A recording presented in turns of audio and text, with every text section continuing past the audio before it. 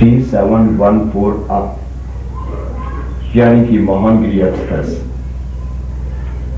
रात 11:40 पर भवानी जंक्शन पर पहुंचेगी।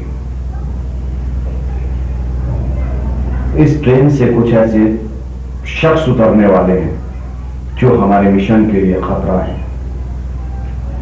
ये लोग कार के रास्ते, भैरव पहाड़ी, लाइट हाउस पर पहुंचेंगे। मार्ग रोड के तीसरे मोड़ पर हमें बम ब्लास्ट करना होगा, पिछले ब्लास्ट से ज्यादा ताकतवर।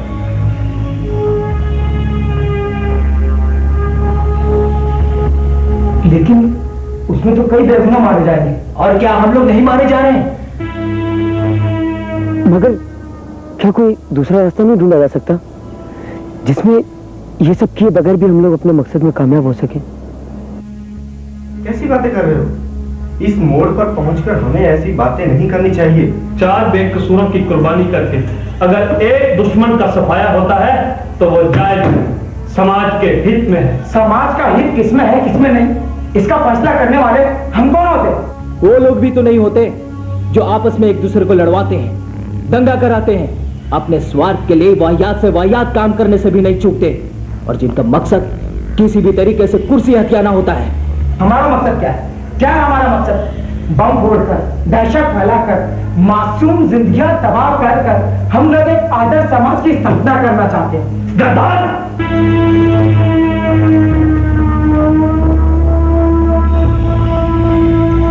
आज तुम्हारे दिल में हमदर्दी की बड़ी बड़ी लहरें उठ रही। मलकीत को देखो, अपने परिवार के एक एक सदस्य को खोने के बाद भी हमारे साथ है। अब्दुल भाई के साथ क्या कुछ नहीं हुआ। 8 साल जेल के सलाखे भुगतने के बाद भी आज हमारे साथ है। एक बात मैं दावे के साथ कह सकता हूँ, अब्दुल भाई की आंखें देखकर मुझे लगता है कि इनका दिल इस बात की गवाही नहीं रहता। आखिर तुम कहना क्या चाहते हो? मैं यहाँ से जाना चाहता हूँ। क्या बोला?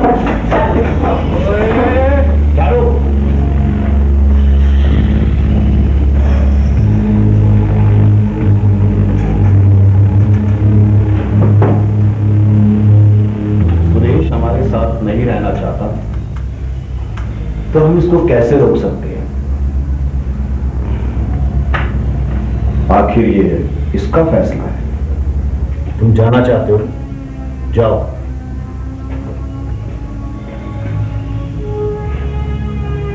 एक बात और कह देता हूं कमांडर इन चीफ जनाब गुलशेर हसन रिजवी, मैं ये बम ब्लास्ट हरगिज नहीं होने दूंगा, कभी नहीं होने दूंगा।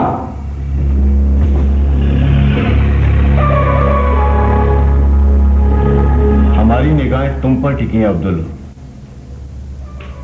अब तुम्हें ज्यादा होशियार रहने की जरूरत है। खुले में कम निकला करो तो अच्छा है।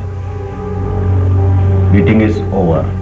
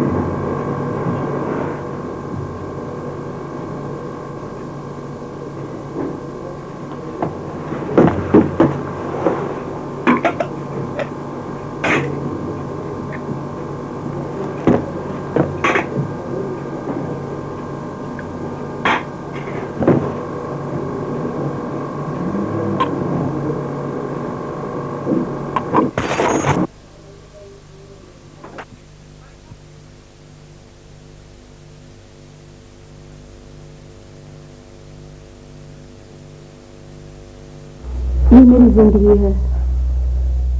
जो टूट गया है उसे तो मैं जोड़ नहीं सकता, मगर जो टूटा नहीं है उसे मैं तोड़ूंगा भी नहीं।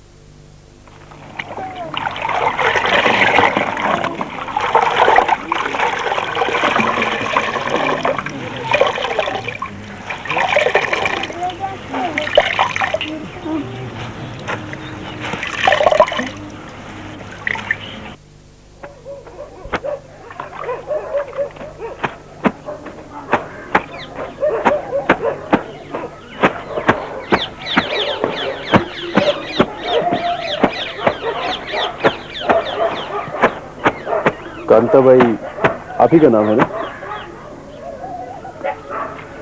हाँ बेटा, कहो। यहाँ एक हकीम साहब हुआ करते थे। हकीम साहब? यहाँ तो एक ही हकीम साहब थे, हकीम निसार अहमद। जी हाँ, उनके बारे में कुछ बताएंगे आप? उनके बारे में क्या बताऊं और क्या छोड़ूं? अरे बेटा, उन्होंने तो मुझे अपनी मुंह बोली बहन बना रखा था, और उनकी बेगम साहिबा, वो तो जहाँ कहीं भी हो भगवान उनको सलामत रखे। उनका एक बेटा था जिसे उन्होंने मेरी गोद में डाल दिया था। बड़ा ही शैतान था। अरे रात को तो वो बेटा मेरे ही पास सोता था, रोज नई नई कहानियां सुनता था।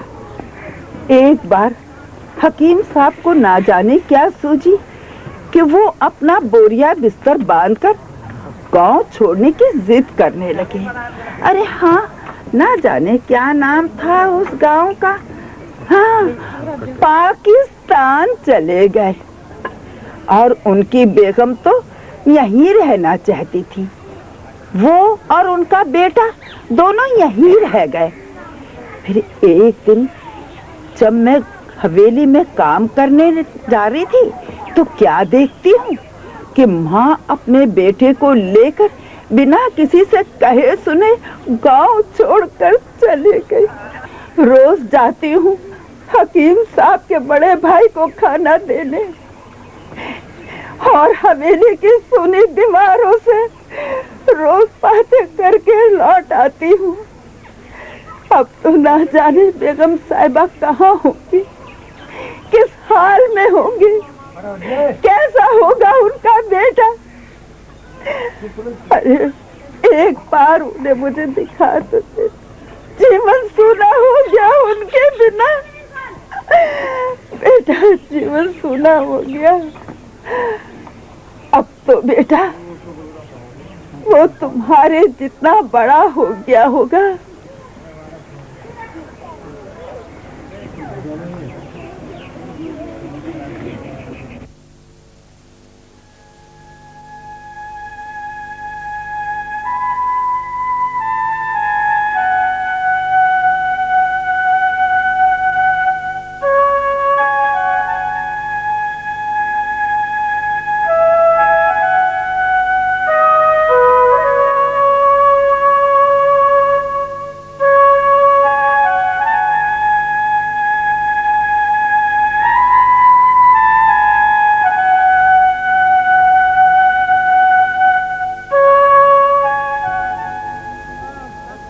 सत्य बोलो, सत्य है। राम राम सत्य है, सत्य बोलो, सत्य है। राम राम सत्य है, सत्य बोलो, मुक्त है। राम राम सत्य है, सत्य बोलो, सत्य है। राम राम सत्य है, सत्य बोलो, सत्य है। राम राम सत्य है, सत्य बोलो, सत्य है। राम राम सत्य है, सत्य बोलो, सत्य है। राम राम सत्य है, सत्य बोलो, सत्य है। राम राम सत्य है, सत्य बोलो, सत्य है।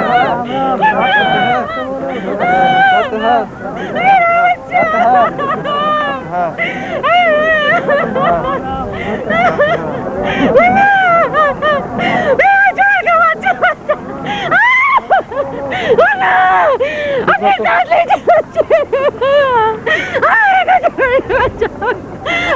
लुट गए, मार दिया दारियों ने।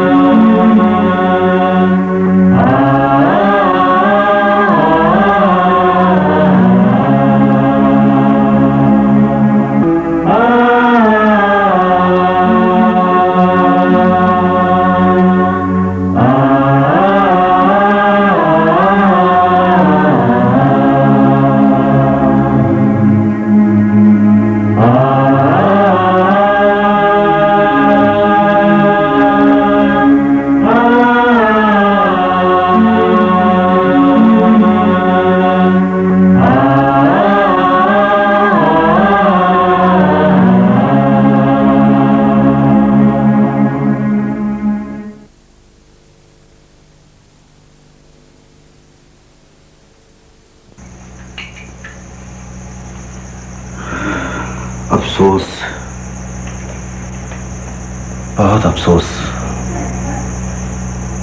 बहुत अफसोस। हम भी तो मजबूर थे, हम अपने लिए कोई आफत पैदा नहीं कर सकते थे।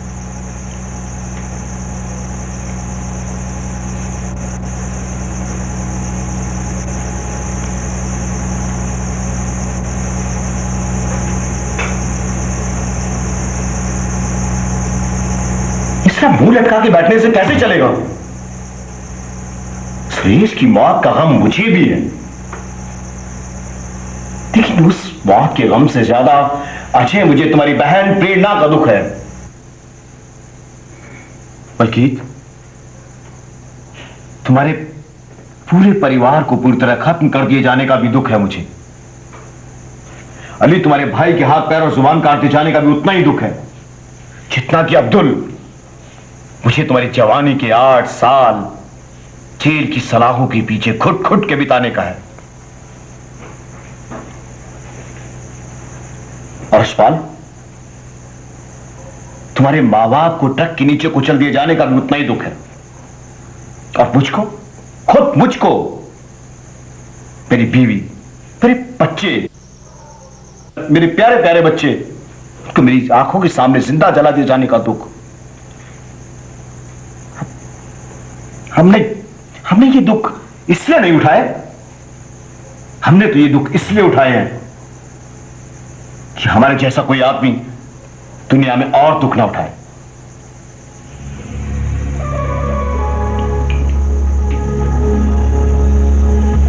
मैं तुमसे एक सवाल पूछना चाहता हूं साथियों, कि हमारा दुख सुरेश की उस फिक्र, उस चिंता से भी गया बीता है कि जिसकी वजह से वो हमारा साथ छोड़कर चला गया था। क्या इसी तरह आंखों में गमी और दिल में हरारत लिए बैठने के लिए तुमने कौम की तकदीर पलट देने की कसम खाई थी?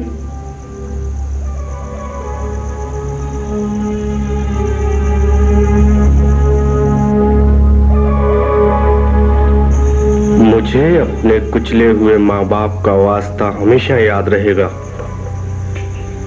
और मुझे अपनी बहन प्रेरणा की सोनी आंखें हमेशा अपने लक्ष्य की तरफ प्रेरित करेगी।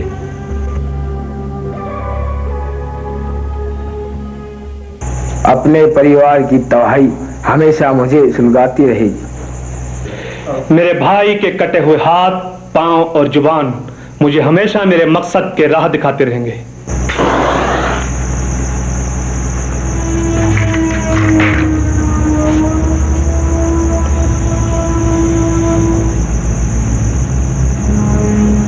Meeting is over.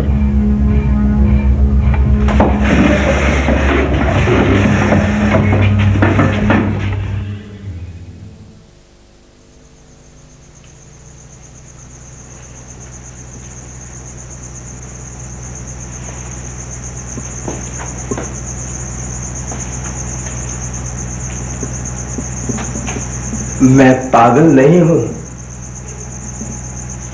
मैं पागल नहीं हूं, बाहर निकलना चाहता हूं।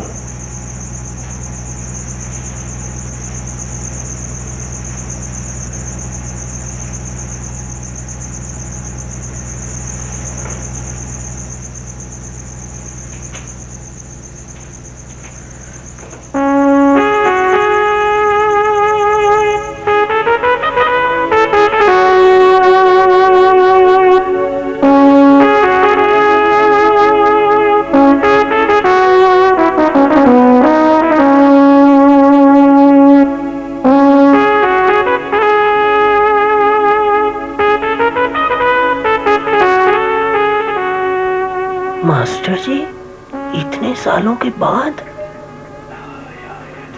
अरे क्या, मैंने तो कभी नहीं देखा। पता नहीं कौन है क्या। इतने सालों से? हाँ,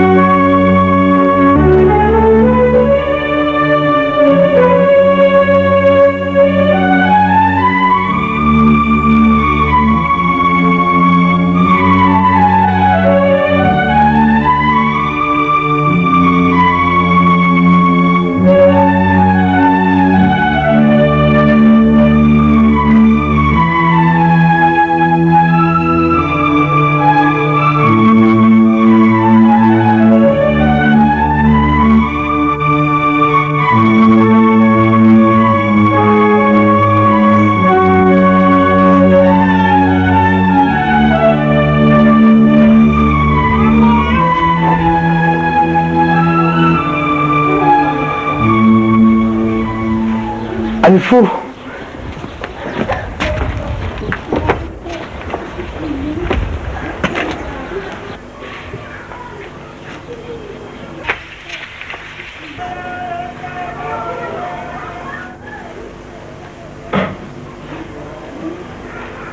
अल्फू,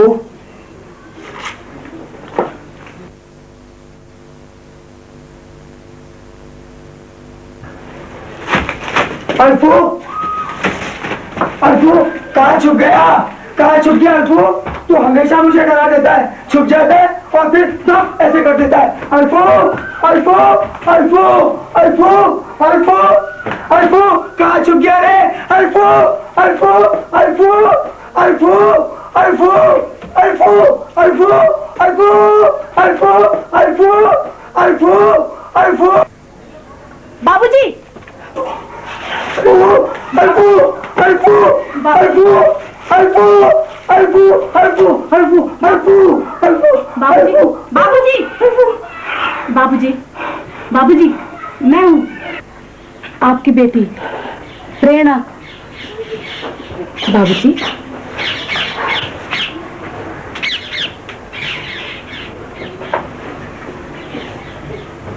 आइए बाबूजी।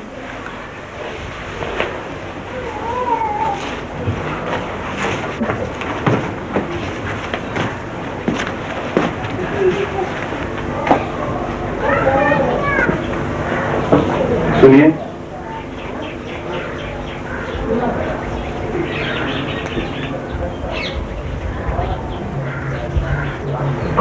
आप यही जानना चाहते हैं ना कि अल्फू कौन है?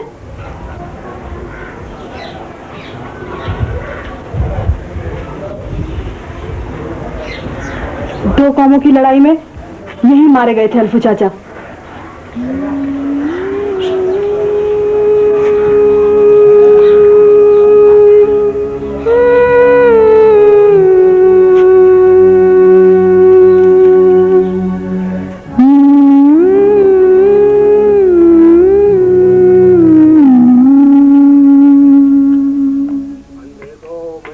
पहुंचा दो बाबा, अंधे को मंदिर तक पहुंचा दो बाबा, अंधे को मंदिर तक पहुंचा दो बाबा।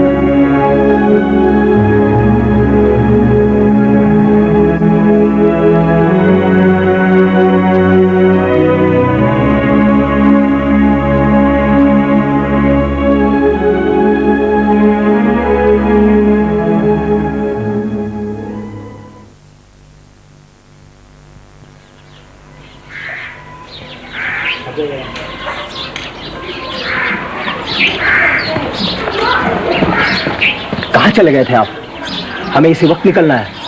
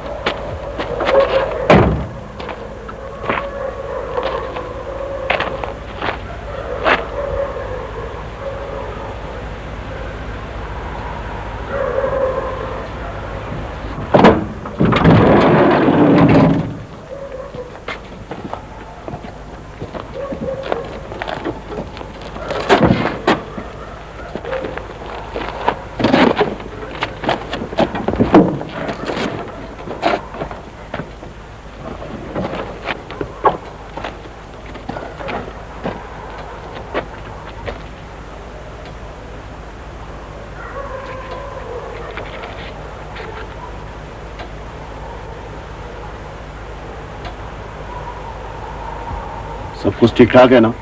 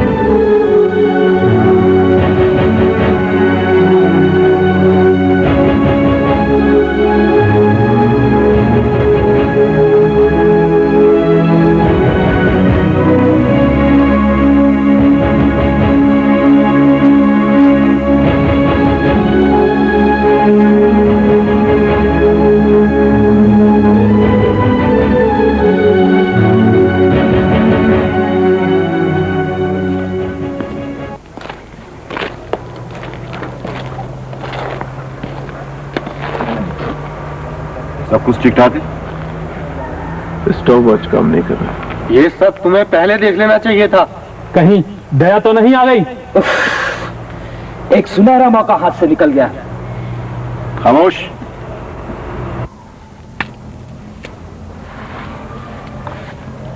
मुझे अब्दुल पर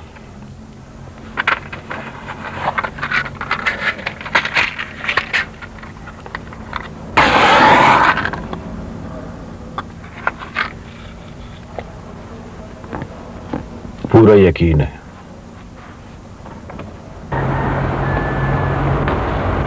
चलो गाड़ी में बैठो।